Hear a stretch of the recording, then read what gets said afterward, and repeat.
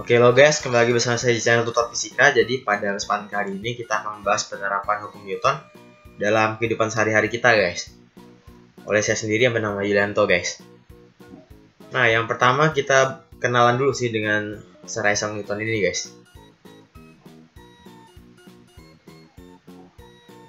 Oke, jadi Sir Isaac Newton ini hidup pada kisaran 25 Desember 1642 sampai tanggal 20 Maret 1726 guys.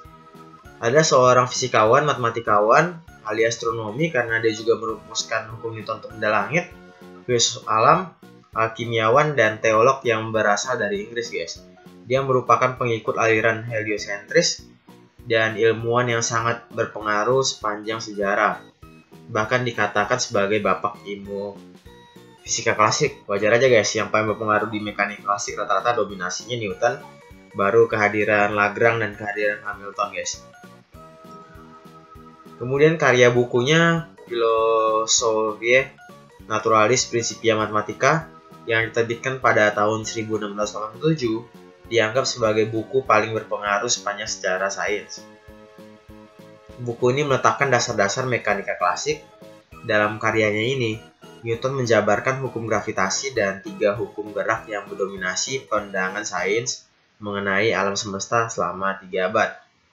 Newton berhasil menunjukkan bahwa gerak benda di bumi dan benda-benda luar angkasa lainnya diatur oleh sekumpulan hukum-hukum alam yang sama.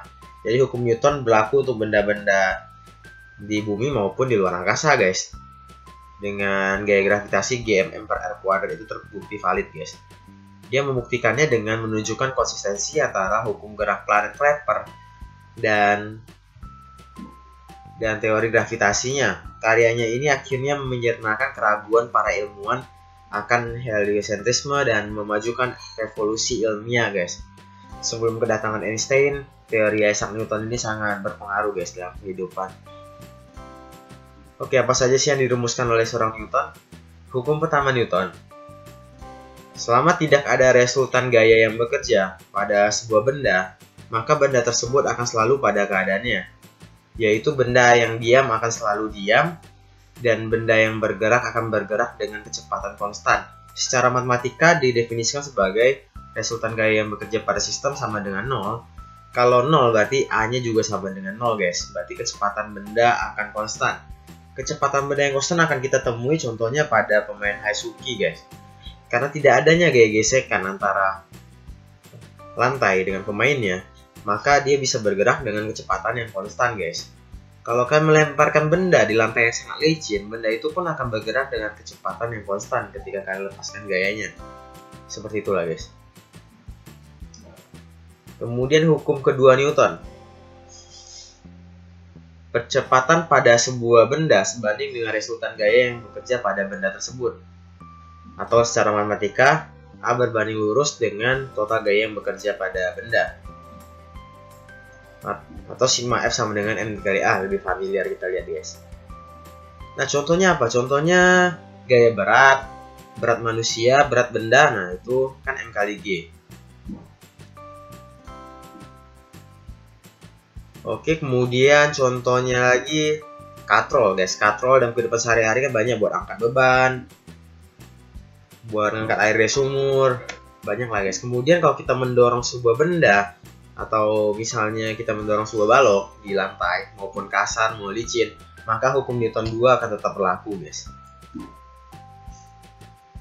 Oke, hukum ketiga Newton adalah hukum yang sangat banyak aplikasinya guys. Dia berbicara jika dua benda berinteraksi, gaya yang dilakukan oleh benda pertama pada benda kedua sama dan berlawanan arah dengan gaya yang dilakukan oleh benda kedua pada benda pertama. Oke, kita lihat contohnya gaya listrik. Misalnya dua muatan berlainan tanda kan akan saling tarik-menarik guys. Gayanya sebesar KQ1Q2 per R12 kuadrat. Besar gayanya sama tapi gayanya berlawanan guys.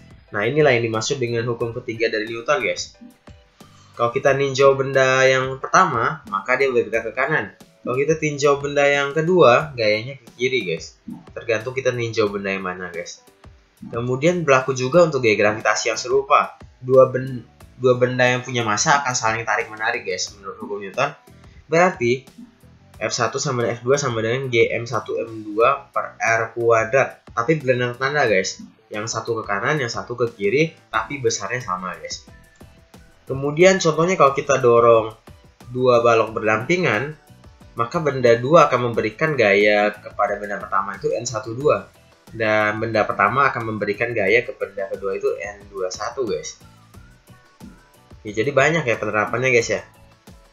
Contohnya lagi kalau misalnya kita berada di permukaan bumi, maka kita akan tertarik ke inti bumi sebesar GM1 per M2 per R kuadrat. Kenapa kita tidak tertarik? Kenapa inti bumi tidak tertarik? Karena inti bumi kan sangat besar guys, masanya sangat besar sehingga kita tertarik ke inti lebih kuat guys. Oke, sekian dulu penerapan hukum Newton dalam kehidupan sehari-hari. Kalau suka video ini jangan lupa like, comment, dan subscribe. Kalau nggak suka dislike aja guys. See you next video, bye-bye.